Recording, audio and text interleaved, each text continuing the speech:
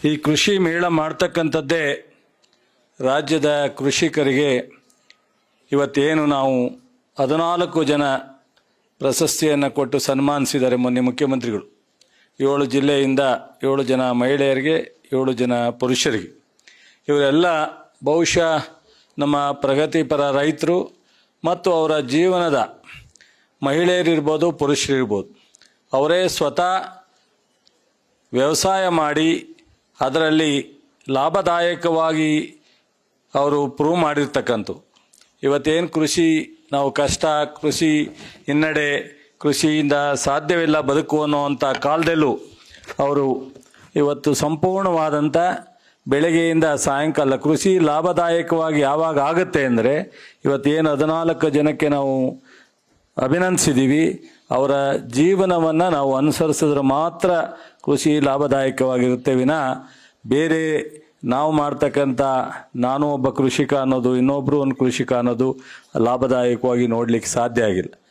ನಾನು ಕೃಷಿ ಸಚಿವನಾದ ಮೇಲೆ, ಮಾನ್ಯ ಮುಖ್ಯಮಂತ್ರಿಗಳು ನನ್ನ ಕೃಷಿ ಸಚಿವನ ಮಾಡಿದ ಮೇಲೆ ಬಹುಶಃ 100 ಪ್ರಗತಿಪರ ರೈತರಿಗೆ, ಸಮಗ್ರ ರೈತರನ್ನು ನಾವು ಭೇಟಿ ಮಾಡಿದ್ದೀವಿ, ಅವ್ರ ಮನೆಗೆ ಹೋಗಿದ್ದೀವಿ, ಅವರ ಅನುಭವವನ್ನು ಬೇರೆಯವರಿಗೆ ವಿಡಿಯೋ ಮೂಲಕ ತಲುಪಿಸಿದ್ದೀವಿ.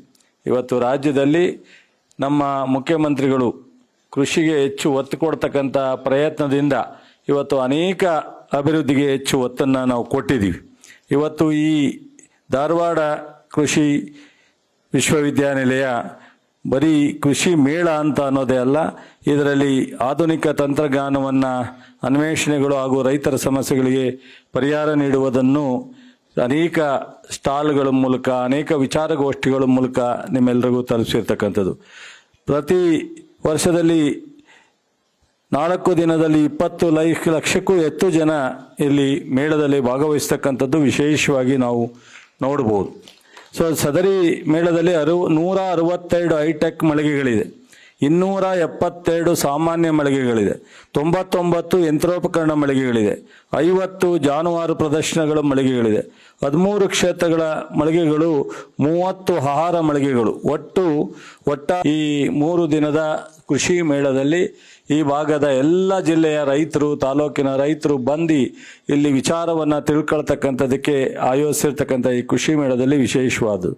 ಪ್ರತಿ ವರ್ಷದಲ್ಲಿ ವಿಶ್ವವಿದ್ಯಾನಿಲಯವು ಪ್ರಥಮ ಬಾರಿಗೆ ಅಕ್ಷಯೋಮ 4 ಮಿಷನ್ ಭವ್ಯ ಆಕಾಶಕ ಕೃಷಿ ವಿಶ್ವವಿದ್ಯಾನಿಲಯದ ಧಾರವಾಡದಿಂದ ಸಂಶೋಧನಾ ಪ್ರಯೋಗಕ್ಕಾಗಿ ಕಳಿಸಿರುವ ಹೆಸರು ಮತ್ತು ಮೆಂತೆ ಕಾಳುಗಳ ಮೊಳಕೆ ಪರೀಕ್ಷೆ ಯಶಸ್ವಿಯಾಗಿದ್ದು, ಯಶಸ್ವಿ ಪ್ರಯುಕ್ತ ಹೊಸದೆಹಲಿಯಲ್ಲಿ ಪ್ರಗತಿ ಮೈದಾನದಲ್ಲಿ ದಿನಾಂಕ 21/8/25 ಭಾರತ್ ಮಂಟಪದಲ್ಲಿ ನಡೆದ ಅಭಿನಂದನಾ ಕಾರ್ಯಕ್ರಮದಲ್ಲಿ ಧಾರವಾಡ ಕೃಷಿ ವಿಶ್ವವಿದ್ಯಾನಿಲಯದ ಕುಲಪತಿಗಳಾದಂಥ ಪಾಟೀಲ್ ಹಾಗೂ ವಿಜ್ಞಾನಿ ಡಾಕ್ಟರ್ ರವಿಕುಮಾರ್ ಹೊಸಮನಿಯವರಿಗೆ ಸನ್ಮಾನ ಮಾಡಿದ್ದು ಈ ಒಂದು ಯೂನಿವರ್ಸಿಟಿಯ ಒಂದು ಸಾಧನೆ ಮತ್ತು ಹೆಮ್ಮೆ ಪಡ್ತಕ್ಕಂಥ ವಿಚಾರ ಅಂತ ಹೇಳಲಿಕ್ಕೆ ನಾನು ಇಷ್ಟಪಡ್ತೀನಿ. ಕಳೆದ ವರ್ಷದಲ್ಲಿ 10 ಹೊಸ ಬೆಳೆಗಳು ಅಂದರೆ ನವಣೆ, ಶಾಮೆ, ಉದುಲು, ರಾಗಿ, ಆರ್ಕ, ಬರಗು, ಎಳ್ಳು, ಸೂರ್ಯಕಾಂತಿ, ಬೆಂಡೆ, ಟೊಮೊಟೊ ಮತ್ತು 20 ಕೃಷಿ ತಾಂತ್ರಿಕತೆಗಳನ್ನು ಬಿಡುಗಡೆ ಮಾಡಿರ್ತಕ್ಕಂಥದ್ದು. ಇವತ್ತು ಕಳೆದ ಬಾರಿ ನಮ್ಮ ಮಿಲೆಟ್ ಮೇಳದಲ್ಲಿ ನಮ್ಮ ಮುಖ್ಯಮಂತ್ರಿಗಳು ಒಂದು ವಿಶೇಷವಾದಂಥ ಈ ಮಿಲೆಟ್ ಇದಕ್ಕೆ ಹೆಚ್ಚು ಪ್ರೋತ್ಸಾಹ ಕೊಡಬೇಕು, ಮುಂದಿನ ದಿನಗಳಲ್ಲಿ ನಮ್ಮ ರೈತರಿಗೆ ಕೊಡ್ತಕ್ಕಂಥ ಅಕ್ಕಿ, ರಾಗಿ, ಜೋಳ ಏನು ಕೊಡ್ತೀವಿ ಅದರ ಜೊತೆಯಲ್ಲಿ ಇದನ್ನು ಕೊಡ್ತಕ್ಕಂಥ ಕೆಲಸವನ್ನು ಮಾಡ್ತೀವಿ ಅನ್ನೋದನ್ನು ಹೇಳಿದರು. ಈ ಬಾರಿ MSPನಲ್ಲಿ ಅದನ್ನು ಸಹ ರಾಗಿ ಏನು ಖರೀದಿ ಮಾಡ್ತೀವಿ 3886 ಕಳೆದ ವರ್ಷ ಭಾಳಷ್ಟು ತಡವಾಗಿ ಮಾಡೋದರಿಂದ ಅನೇಕ ರೈತರು ಆಕ್ಷೇಪಣೆಯನ್ನು ವ್ಯಕ್ತಪಡಿಸಿದರು.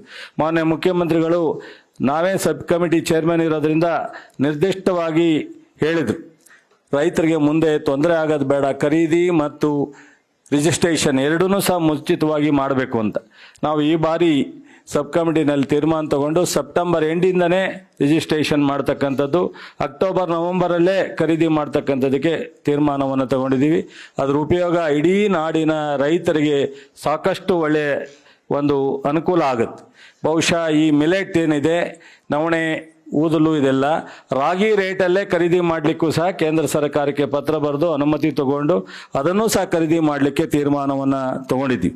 ಹಾಗಾಗಿ ಬೀಜೋತ್ಪಾದನೆಯ ಚಟುವಟಿಕೆಗಳು, ಜೈವಿಕ ಪ್ರಕರಣಗಳು, ಡ್ರೋನ್ ಬಳಕೆ ಮತ್ತು ಸ್ಟಾರ್ಟಪ್ ಈ ಒಂದು ಎಲ್ಲ ಕಾರ್ಯಕ್ರಮಗಳನ್ನ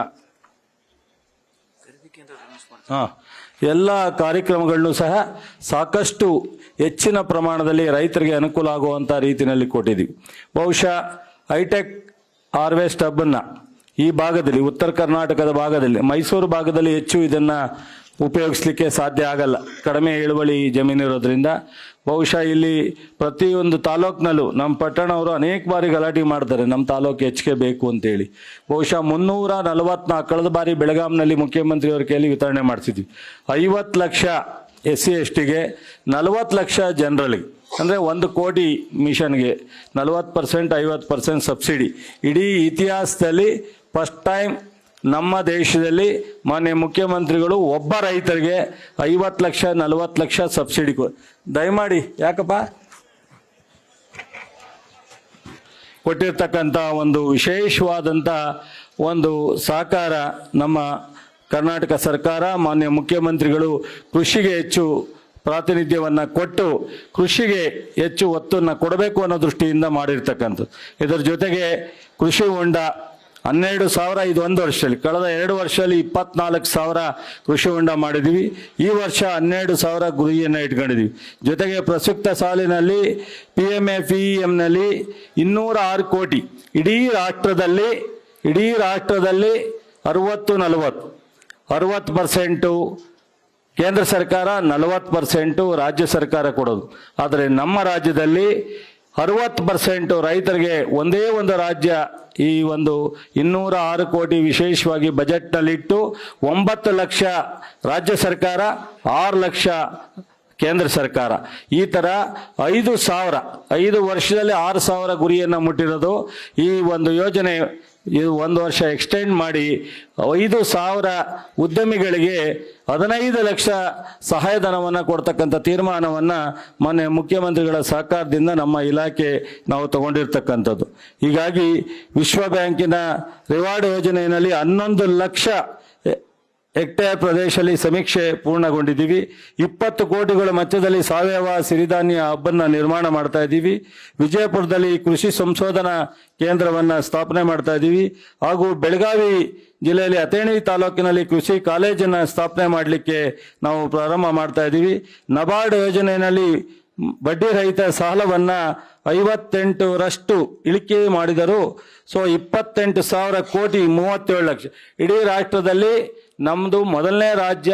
ಅವರು ಕೊಟ್ಟಿರ್ತಕ್ಕಂಥ ಗುರಿಯನ್ನು ಮೀರಿ ಹೆಚ್ಚುವರಿಯಾಗಿ ಇವತ್ತು ಇನ್ಫ್ರಾಸ್ಟ್ರಕ್ಚರ್ಗೆ, ಕೃಷಿಗೆ ಸಾಲವನ್ನು ಒದಗಿಸಲಿಕ್ಕೆ ಇಲಾಖೆ ಮಾಡಿದೆ.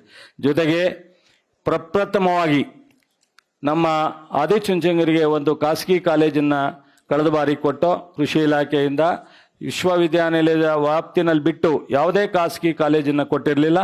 ಬೆಳಗಾಂನಲ್ಲೂ ಸಹ KLA ಕಾಲೇಜ್ಗೆ ಒಂದು ಕೃಷಿ ಸೈನ್ಸ್ ಕಾಲೇಜನ್ನು ನಾವು ಕೊಟ್ಟಿದ್ದೀವಿ.